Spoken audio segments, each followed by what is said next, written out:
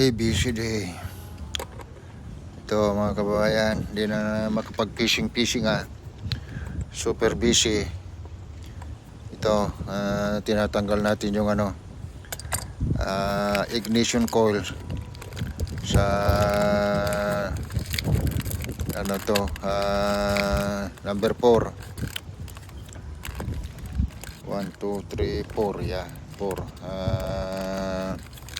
Mga kababayan, yung dati linipat ko yung mga dyan. Okay pala, dumating mamaya. Wala pa, hinihintay pa natin yung mga parts. Mga kababayan, natanggal ko pa yung parang yung na lang. Pagdating yung mga order natin na parts, saksak na lang, tatanggalin ko na. Parang ngayon wala pa. Mga kababayan, so ito, busy. Nangalikot. Ayan, natanggal ko na yung isang tornilyo para sa ignition. Ayan, tanggalin ko na yung ignition coil. Ayan, mga kababayan, ito yata ang problema. Wala nang tumatakbo na electricity. Mga kababayan, ito yung misfire number 4. Mga kababayan, ayan, yung tinignan natin yung connector. Yung connector niya, pero naman, ilipat ko sa number 2. Yan, lumipat din yung check engine. So ito ang problema, kababayan. And then tignan natin yung subukan natin to. Katapos yung spark plug.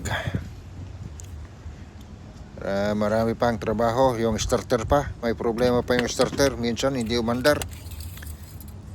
May problema yung starter. Nandito sa ilalim ng nasa taas, pero nakaberan sa bang pangalan to? Ito. Dahan-dahanin lang, mga kababayan. Yan, ito yung pangalawang